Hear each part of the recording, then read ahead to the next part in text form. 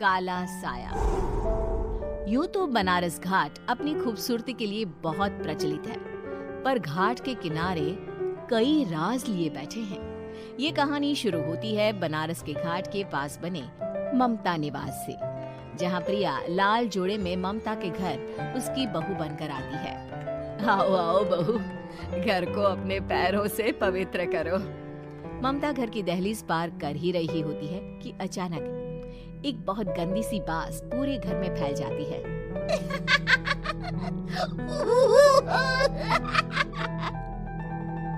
ये बदबू और ये आवाजें, ये कौन हंस रहा है माँ?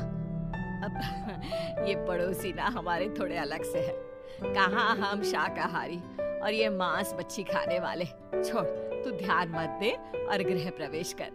और हाँ बहू, अपनी सास की एक बात हमेशा याद रखना, इन पड़ोसियों से तो कभी बात नहीं करेगी। अच्छे लोग नहीं है ये। अपनी सास की ये बात मानेगी ना बेटा? हाँ माँ, जो आपकी मर्जी, मैं उनसे बात नहीं करूंगी। अगले दिन प्रिया अपनी पहली रसोई बनाने रसोई घर में जाती है। ये छोकी बात तो नाक में जा रही है। एक काम करती हूँ, खिड़की खोल देती हूँ। प्रिया खिड़की खोलने जाती है। इतने जाले, लगता है इस खिड़की को कभी खोला ही नहीं गया। पर ऐसा क्यों? ओह, नॉन-वेज की स्मेल आती होगी ना। 2 मिनट के लिए खोल लेती हूँ, फिर बंद कर दूंगी। प्रिया खिड़की खोलती है। खिड़की खोलते ही उसकी नजर सामने वाले घर की खिड़की पर पड़ती है, जहाँ एक लड़की खड़ी होती है। हाथों में मेहंदी, लाल रंग की साड़ी, बिल्कुल सजी धजी, मानो प्रिया की तरह ही वो भी नई नवेली बहू हो। वो प्रिया को देखकर मुस्कुराती है। हे भगवान, माँ ने तो इनसे बात करने को मना किया था। प्रिया फौरन ही खिड़की बंद कर देती है और तवे पर चढ़े रोटी की ओर देखने लगती है, पर वहाँ रोटी न होकर मछली पड़ी होती है। ये क्या? पहली ही रसोई में इतनी बड़ी गलती। हे भगवान, अब मैं क्या करूं? प्रिया बहुत डर जाती है और फौरन रसोई की सफाई करने और फिर सभी के लिए खाना बनाने लग जाती है। जब वो सबको खाना परोसती है, सब तो ठीक है, मैं बेकार में चिंता कर रही थी। हे भगवान, ऐसे ही बस अपनी कृपा बनाए रखना। रात के वक्त जब सब सो रहे होते हैं, तब प्रिया को पायल की आवाज सुनाई देती है, जिससे उसकी आंख खुल जाती है। ये पायल की आवाज कहाँ से आ रही है? प्रिया उठकर उस आवाज के पीछे छत की सीढ़ियों तक जाती है। तभी उसे बच्चे के रोने की आवाज आती है। प्रिया छत पर जाती है तो क्या देखती है? वही लाल साड़ी वाली लड़की अपनी गोद में एक नवजात बच्चे को घुमा घुमा कर सुला रही है। तभी प्रिया की नजर उसके पेट पर पड़ती है। ओह गॉड, ये तो प्रेग्नेंट भी है। सुनिए, बच्चा सो नहीं रहा है क्या? मैं कुछ मदद करूं? नहीं नहीं, आपके घर वालों को अच्छा नहीं लगेगा, मैं संभाल लूंगी। स्नेहा की गोद से बच्चा हाथ मारकर प्रिया की गोद में आने को छटपटाने लगता है। दोनों घर अगल बगल में बने होने के कारण प्रिया उस बच्चे को गोद में ले लेती है। प्रिया के पास आते ही वो सो जाता है। बच्चे का वो स्पर्श रात भर प्रिया भूल नहीं पाती और अगली सुबह वो छत पर कपड़े सुखा रही होती है। तभी उसे एक औरत इशारा करके बुलाती है। स्नेहा कह रही थी बाबू तुम्हारी गोद में आते ही सो गया। मैं गौरी, स्नेहा की माँ हूँ। बहू, घर आना, बाबू को खिला भी लेना। शाम को जब घर पर कोई नहीं रहता, बच्चे से मिलने के लिए प्रिया छिपकर अपनी पड़ोसन के घर चली जाती है और कुछ देर बच्चे को खिलाकर वापस लौट आती है। इसके कुछ दिन बाद ही प्रिया को पता चलता है कि वो माँ बनने वाली है। ममता की खुशी का ठिकाना नहीं रहता।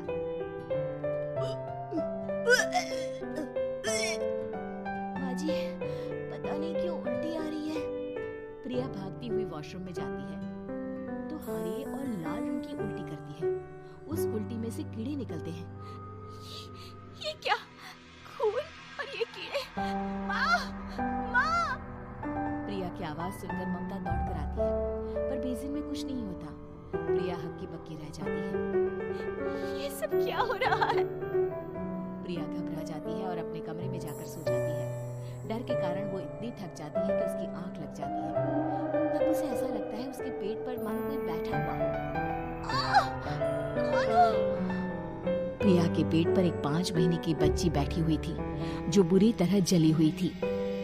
माँ, तुम ही मुझे लाई ना अपने पेट में। मैं तुम्हारी माँ नहीं हूँ। कौन हो तुम? माँ, देखो मैं जल गई बुरी तरह से। 6 महीने पेट में रहने को भी मुझे नहीं मिला। सहला दो ना माँ। बचाओ, बचाओ, माँ। ममता दौड़कर कमरे में आती है। प्रिया की बातें सुनकर वो सब समझ जाती है। तू कहीं बगल वाले घर में तो नहीं जाकर आई ना बहू? मुझे माफ कर दो, मैं गई थी माँ। उस घर में सब मरे हुए हैं बहू। कई साल पहले स्नेहा उस घर में बहू बनकर आई थी। कुछ ही दिन में वो एक बच्चे को जन्म देने वाली थी। पूरा घर बच्चे के आने की खुशी में खोया था कि एक दिन अचानक उस घर में आग लग गई। सब बुरी तरह जलकर मर गए। गौरी आज भी दादी बनने का इंतजार कर रही है और इसीलिए स्नेहा ने अपना अजन्मा बच्चा तुम्हारी कोख में डाल दिया। ममता ये कह रही होती है कि पीछे से उसके पैरों को एक बच्चा पकड़ लेता है। दादी, माँ, स्नेहा की गोद में यही बच्चा था। ये बच्चा कौन है फिर? तेरी मौत है। तेरी भी दादी। जिस जिसका ममता को डर था वही हो गया। ममता निवास के ऊपर मौत ने चादर बिछा दी थी। प्रिया का पेट ऐसे बढ़ जाता है मानो 9 महीने का हो। 2 हाथ उसके पेट से बाहर निकलते हैं। बहू, संतोष को फोन कर, किसी पंडित जी को बुला बहू। प्रिया का पति भागता हुआ घर आता है। ये तो होना ही था माँ। तेरा पाप तेरे सामने आ गया तो तू सह नहीं पा रही है। स्नेहा घर में आग लगी नहीं थी, माँ ने लगाई थी प्रॉपर्टी की लालच में। और वो बच्चा मेरी पहली पत्नी का बच्चा है, मेरा बेटा, जो कि उस आग की चपेट का शिकार हो गया था।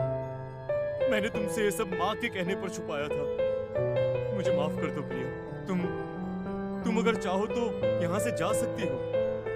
मैं तुम्हें किसी भी बंधन में रखना नहीं चाहता। मेरी शादी हुई है आपसे, मैं आपको छोड़ नहीं सकती, पर उससे पहले हमें स्नेहा, उसकी माँ और बच्चे की आत्मा की शांति करवानी होगी।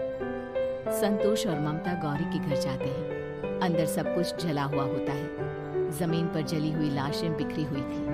ममता रो रो कर अपनी करने की माफी गौरी से मांगती है। प्रिया स्नेहा के घर वालों का अंतिम संस्कार करवा देती है और ममता निवास फिर से आत्माओं के साए से मुक्त हो जाता है।